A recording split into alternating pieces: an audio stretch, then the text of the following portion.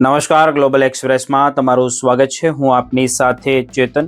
આજના અમેરિકાના તારીખ 1 ઓગસ્ટ 2026ના મુખ્ય સમાચારોની વાત કરીએ તો અમેરિકાથી આવ્યા ચોંકાવનારા સમાચાર. એફબીઆઈની મોસ્ટ વોન્ટેડ યાદીમાં ભારતીયોનું નામ સામે આવતા ખળભળાટ મચી ગયો છે. આંતરરાષ્ટ્રીય ડ્રગ્સ નેટવર્ક અને ઓપરેશન હાર્ડ બેલ પાછળનું રહસ્ય શું છે? ક્યાં છુપાયો છે આ ફરાર આરોપી? જાણો આ મોટા આંતરરાષ્ટ્રીય ષડયંત્રના તમામ ગુપ્ત ખુલાસાઓ. ચર્ચા કરીશું. આ પછીના સમાચારોની વાત કરીએ તો 18 સપ્ટેમ્બરથી બદલાશે અમેરિકાના મોટા નિયમો. ગ્રીન કાર્ડ અને ઇમિગ્રેટ્સના ભવિષ્ય પર ઘેરાયો મોટો ખતરો. પબ્લિક ચાર્જના નવા કડક કાયદાથી હજારો ભારતીય પરિવારમાં કેમ મચી અફરાતફરી? શું તમારી અરજી અટકી જશે કે શું? જાણો આ મોટા ફેરફાર પાછળનું સરકારી ગણિત શું કહે છે, તેમની ચર્ચા કરીશું. આ પછીના આગળના સમાચારોની વાત કરીએ તો અમેરિકામાં આઈસની સૌથી મોટી સર્જિકલ સ્ટ્રાઇક.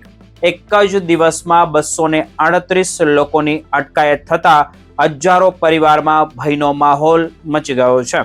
287G પ્રોગ્રામ અને એરપોર્ટ ચેકિંગ પાછળ શું છે નવું કાવતરું? શું ડિપોર્ટેશનથી બચવાનો કોઈ કાનૂની રસ્તો છે ખરો? જુઓ આ વિગતવાર રિપોર્ટ શું કહે છે. આ બધા જ સમાચારોની વિગતે ચર્ચા કરીએ. આપ જોતા રહો ગ્લોબલ એક્સપ્રેસ.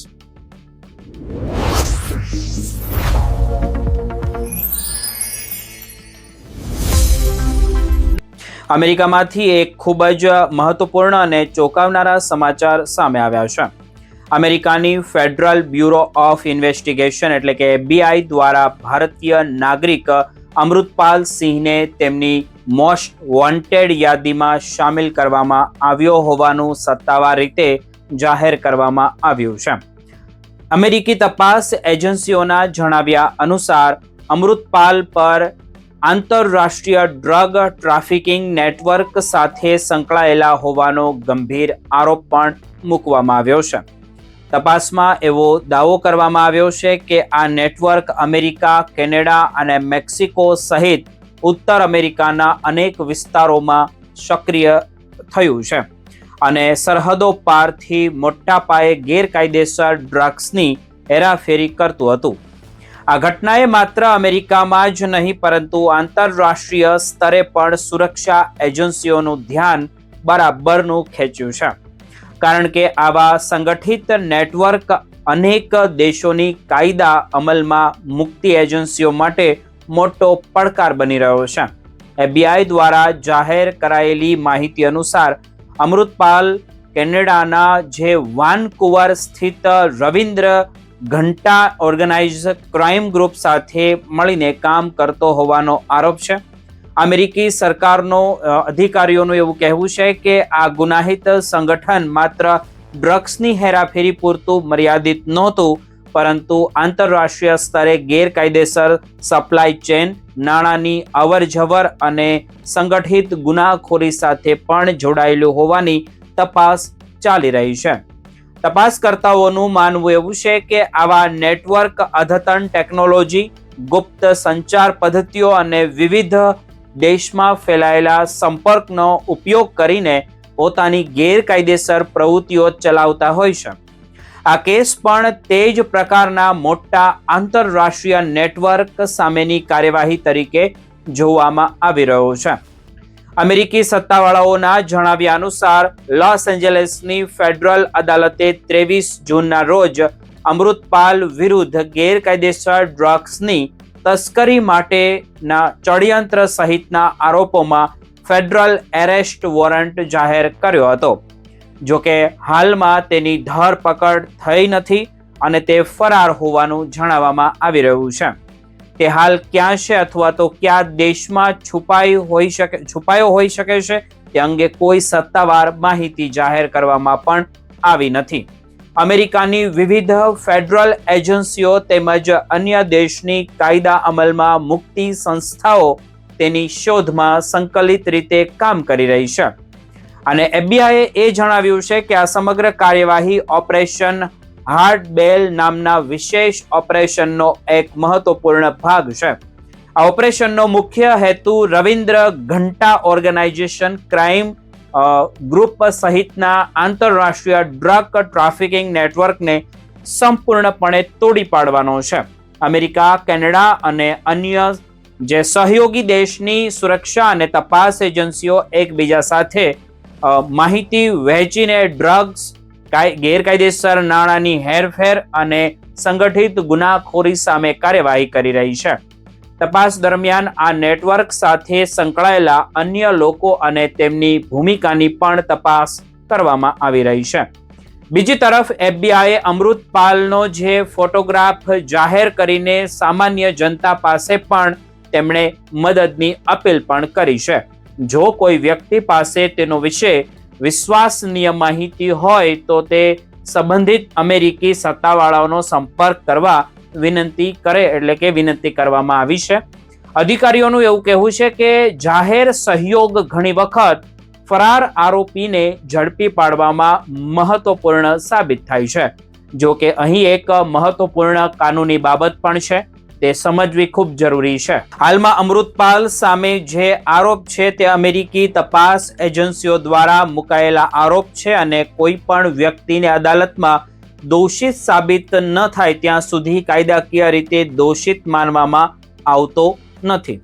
હવે સમગ્ર વિશ્વની નજર આ તપાસ પર રહેશે કે શું આ કેસમાં વધુ ધરપકડો થાય છે કે શું, અને શું આ નેટવર્કના અન્ય સભ્યો સામે પણ કાર્યવાહી થાય છે કે નહીં, અને શું તપાસ દરમિયાન કોઈ વધુ મોટા ખુલાસાઓ સામે આવે છે કે નહીં. જેમ જેમ સત્તાવાર માહિતી બહાર આવશે તેમાં કેસમાં નવા વળાંક આવવાની પૂરેપૂરી શક્યતા પણ છે. આવા મહત્વપૂર્ણ આંતરરાષ્ટ્રીય સમાચાર અને વિશ્વભરના મોટા અપડેટ માટે અમારી ચેનલ સાથે જોડાયેલા રહેજો.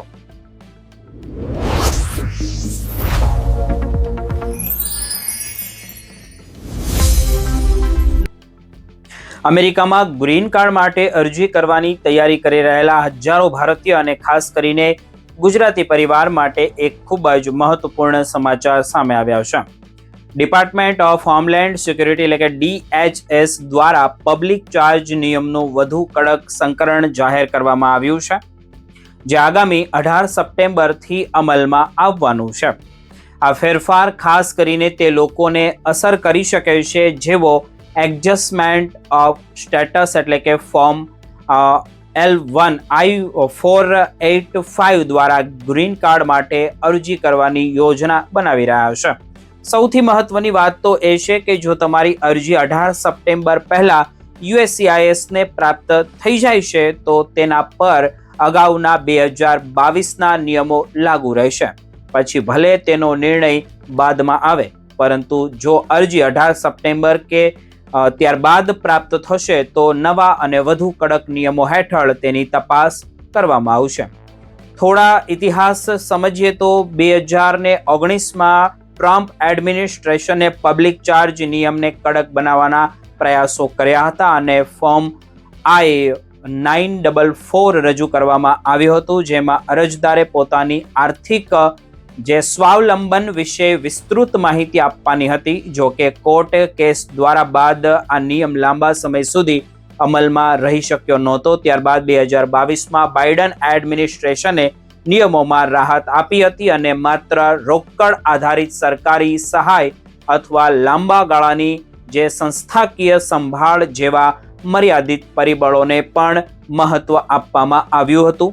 હવે નવા નિયમો હેઠળ USCIS અધિકારીઓને વધુ વ્યાપક સત્તા આપવામાં આવશે કે તેઓ અરજદાર ભવિષ્યમાં સરકાર પર નિર્ભર બનશે કે નહીં તેનો અંદાજ લગાવી શકે છે. આ નિર્ણય દરમિયાન અરજદારની ઉંમર, સ્વાસ્થ્ય, પરિવારની સ્થિતિ, આવક, સંપત્તિ, બેંક બેલેન્સ, શિક્ષણ, વ્યવસાયિક કૌશલ્ય, અંગ્રેજી ભાષાનું જ્ઞાન અને રોજગારની સંભાવનાઓ જેવી અનેક પરિબળો ધ્યાનમાં લેવામાં આવશે. સાથે જ ફોર્મ I-864 એટલે કે એફિડેવિટ ઓફ સપોર્ટ પણ વધુ મહત્વપૂર્ણ બનશે, કારણ કે સ્પોન્સર પાસે પૂરતી નાણાકીય ક્ષમતા છે કે નહીં તે પણ ગંભીરતાથી ચકાસવામાં આવશે. નવા નિયમ મુજબ જોઈએ તો નિયમમાં મીન્સ સ્ટેટ બેનિફિટ શબ્દનો પણ ઉપયોગ કરવામાં આવ્યો છે, પરંતુ તેની ચોક્કસ વ્યાખ્યા હજુ સુધી સ્પષ્ટ કરવામાં આવી નથી કે તે શું છે. મેડિકેર જેવી સરકારી સહાય મેળવવાથી અરજી આપોઆપ નકારવામાં આવશે એવું નથી, પરંતુ તેને નકારાત્મક પરિબળ તરીકે જોવામાં આવી શકે છે. સરકારના અંદાજ મુજબ આ નિયમના કારણે ઘણા ઇમિગ્રેન્ટ્સ પરિવારો સ્વૈચ્છિક રીતે સરકારી લાભ લેવાનું બંધ પણ કરી શકે છે, જેમના પરિણામે દર વર્ષે અબજો ડોલરની સરકારી બચત થવાની શક્યતા પણ દર્શાવવામાં આવી રહી છે. જો કે હજુ પણ ઘણા મહત્વના પ્રશ્નોના જવાબ મળવાના બાકી છે. ઉદાહરણ તરીકે મીન્સ ટેસ્ટેડ બેનિફિટમાં કયા કાર્યક્રમોનો સમાવેશ થશે, મેડિકેરને કેટલું વજન આપવામાં આવશે, શું અગાઉ ફોર્મ I-944 જેવી નવી અરજી રજૂ કરી શકાશે કે પછી ફોર્મ I-485માં જ મોટા ફેરફારો કરવામાં આવશે. અને USCIS અધિકારીઓ આ નિયમોની વાસ્તવિકતા અમલી અને કેટલી કડકાઈથી કરશે તે જોવાનું રહ્યું. નિષ્ણાંતોના મતે જોઈએ તો 18 સપ્ટેમ્બરની આસપાસ USCIS વધુ વિગતવાર પોલિસી માર્ગદર્શિકા અને સંભવિત નવા ફોર્મ્સ જાહેર કરી શકે છે. જો આવું થાય છે તો ગ્રીન કાર્ડ અરજી પ્રક્રિયા અને વધુ દસ્તાવેજો, વધુ પુરાવા અને વધુ કાનૂની તૈયારી માંગશે. તેમના કારણે સમય અને ખર્ચ બંને વધી શકે છે. તેથી જો તમે ટૂંક સમયમાં એડજસ્ટમેન્ટ ઓફ સ્ટેટસ માટે અરજી કરવાની યોજના બનાવી રહ્યા છો તો તમારા દસ્તાવેજો સમયસર તૈયાર રાખજો, યોગ્ય ઇમિગ્રેશન સલાહ લો અને કોઈ પણ નિર્ણય લેતા પહેલા સત્તાવાર માર્ગદર્શિકાની રાહ જોવી વધુ સમજદારી ભર્યું રહેશે. અમેરિકાના ઇમિગ્રેશન નિયમોમાં થઈ રહેલા આ ફેરફારો આગામી મહિનાઓમાં હજારો ભારતીય પરિવારો માટે મહત્વપૂર્ણ સાબિત થઈ શકે છે. તેથી દરેક અપડેટ પર સતત નજર રાખવી ખૂબ જરૂરી બની ગયું છે.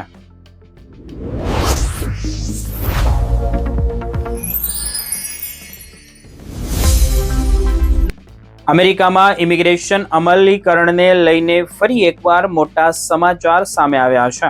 છેલ્લા કેટલાક દિવસોમાં આઈસ દ્વારા દેશના અલગ અલગ વિસ્તારોમાં મોટા પાયે કાર્યવાહીઓ કરવામાં આવી રહી છે, જેમના કારણે હજારો ઇમિગ્રેન્ટ્સ પરિવારોમાં ચિંતા ખૂબ જ વધી ગઈ છે. ટેક્સાસના રિયો ગ્રાન્ડ વેલી વિસ્તારમાં જે હર્લિંજ આઈસ ઓફિસ દ્વારા એક જ દિવસમાં 238 લોકોની ધરપકડ કરવામાં આવી હોવાનું જણાવવામાં આવી રહ્યું છે, જે આવા વિસ્તારોની સૌથી મોટી કાર્યવાહીમાંની એક માનવામાં આવી રહી છે. આ કાર્યવાહીમાં એવા લોકોનો સમાવેશ તેમની અંદર થઈ રહ્યો છે જેમની સાથે સંભવિત ગુનાહિત સજાઓ છે, જેમની સામે કેસ પેન્ડિંગ છે, અગાઉ ડિપોર્ટેશન ઓર્ડર આપવામાં આવ્યા હતા અને તે કોઈ હાજર નથી થયા, અથવા તો જેમણે ઇમિગ્રેશન નિયમોનું મોટું ઉલ્લંઘન કર્યું હોવાનું પણ કહેવાય રહ્યું છે. જો કે અહીં એક મહત્વની વાત તો સમજવી ખૂબ જરૂરી છે દરેક ગુજરાતીને અને ભારતીયને, કે ધરપકડ થવાનો અર્થ તરત જ ડિપોર્ટેશન થઈ જવું એવો થતો નથી. સૌથી પહેલા વ્યક્તિની અટકાયત થાય છે, ત્યારબાદ ઇમિગ્રેશન પ્રક્રિયા શરૂ થાય છે અને ત્યાર પછી જ કોર્ટ અથવા તો સંબંધિત સત્તાવાળાઓ દ્વારા જે આગળનો નિર્ણય હોય તે લેવામાં આવે છે. ઘણા કિસ્સામાં વ્યક્તિ પાસે આશ્રય માટે અરજી, વિથહોલ્ડિંગ ઓફ રિમૂવલ અને કન્વેન્શન અગેન્સ્ટ ટોર્ચર અને કલેક્શન ઓફ રિમૂવલ અથવા તો અન્ય કાનૂની રાહત મેળવવાના વિકલ્પો ઉપલબ્ધ હોઈ શકે છે. જો કોઈ વ્યક્તિની I-130 જેવી ફેમિલી પિટિશન મંજૂર થઈ હોય તો પણ માત્ર તેના આધારે ધરપકડથી સંપૂર્ણ સુરક્ષા મળતી નથી. બીજી તરફ જોઈએ તો આઈસ અને સ્થાનિક પોલીસ વચ્ચે જે 287G પ્રોગ્રામ જે છે તેના પણ ઝડપથી તે વિસ્તરી રહ્યો છે અને આ વ્યવસ્થા હેઠળ સ્થાનિક કાયદા અમલીકરણ એજન્સીઓને ફેડરલ દેખરેખ હેઠળ અમુક ઇમિગ્રેશન અમલીકરણની સત્તા આપવામાં પણ આવી છે. પરિણામે સામાન્ય ટ્રાફિક સ્ટોપ અથવા તો અન્ય નાની જે ઘટનામાં પણ જો ઇમિગ્રેશન સંબંધિત મુદ્દાઓ સામે આવે તો વ્યક્તિને ઇમિગ્રેશન હોલ્ડનો સામનો કરવો પડી શકે છે. નિષ્ણાંતો એવી સલાહ આપી રહ્યા છે કે ક્યારેય ખોટી માહિતી કે ખોટા દસ્તાવેજો રજૂ ન કરવા અથવા તો કોઈ પણ દસ્તાવેજનો સંપૂર્ણ અર્થ સમજ્યા વગર કોઈ પણ દસ્તાવેજની અંદર સહી ન કરવી જોઈએ. આ દરમિયાન એરપોર્ટ પર પણ અમુક મુસાફરોની અટકાયતોના અહેવાલો સામે આવી રહ્યા છે. ખાસ કરીને જેમનો ઇમિગ્રેશન કેસ પેન્ડિંગ છે અથવા જેમનો સ્ટેટસ સ્પષ્ટ નથી, તેમણે દેશની અંદરની મુસાફરી કરતા પહેલા પોતાના દસ્તાવેજો જે છે I-94 વિઝાની સ્થિતિ અને અન્ય તમામ વિગતોની ચકાસણી કરી લેવી જોઈએ. માત્ર ડોમેસ્ટિક ફ્લાઇટમાં મુસાફરી કરવાથી ઇમિગ્રેશન તપાસથી સંપૂર્ણ સુરક્ષા મળે છે એવી ધારણા રાખવી યોગ્ય નથી. બીજી મહત્વની કાનૂની ઘટનામાં જે 9th સર્કિટ કોર્ટ ઓફ અપીલ્સે એવા પ્રયાસને ફગાવ્યા છે જેમાં કેટલાક જે ડિટેઇન બોન્ડ હાયરિંગ વગર ફરજિયાત અટકાયતમાં રાખવાની માંગ કરવામાં આવી હતી. આ નિર્ણયથી કેટલાક કેસો બોન્ડ હાયરિંગ રસ્તાઓ ખુલી રહ્યા છે કે પછી ખુલી શકે છે કે બોન્ડ, જો કે બોન્ડ મળવાની કોઈ ગેરંટી નથી અને દરેક કેસનો નિર્ણય તેના તથ્યોના આધારે થાય છે. સાથે જ વિઝા પ્રક્રિયામાં પણ કેટલાક ફેરફારો ચર્ચામાં છે, જે આફ્રિકાના કેટલાક દેશો માટે US વિઝા સેવાઓને જે પ્રાદેશિક હબ્સ તરીકે ખસેડવાની પ્રક્રિયા શરૂ કરવામાં આવી રહી છે, જેમના કારણે અરજદારોને બીજા દેશમાં જઈને ઇન્ટરવ્યૂ આપવાની જરૂર પણ પડી શકે છે. બીજી તરફ પ્રસ્તાવિત $1 લાખ H-1B વિઝા ફી હાલ કોર્ટના નિર્ણયને કારણે અમલમાં આવી નથી, જ્યારે સામાન્ય H-1B ફાઇલિંગ અને અન્ય નિયમિત ફી યથાવત છે. અંતમાં સૌથી મહત્વની સલાહ તો દરેક ભારતીય અને ગુજરાતીને એ છે કે પોતાનું immigration status, I-94 work permit, કોર્ટની તારીખો અને પેન્ડિંગ અરજીઓના જે નિયમિત ચકાસણી હોય તે તમારે કરતી જ રહેવી જોઈએ. અગત્યના દસ્તાવેજોની નકલ સુરક્ષિત રાખવી, પરિવારના વિશ્વાસુ સભ્યને જરૂરી વિગતો જણાવવી અને સોશિયલ મીડિયા પર ફરતી દરેક માહિતી પર આંખ મીચીને વિશ્વાસ ક્યારેય ન કરવો જોઈએ. અને દરેક કેસ અલગ હોઈ શકે છે અને કાનૂની જે પરિસ્થિતિ હોય તે પણ અલગ હોઈ શકે છે. તેથી કોઈ પણ મહત્વપૂર્ણ નિર્ણય લેતા પહેલા યોગ્ય ઇમિગ્રેશન કાનૂની સલાહ લેવી ખૂબ જ સૌથી સુરક્ષિત રસ્તો પણ અમેરિકાની અંદર માનવામાં આવી રહ્યો છે.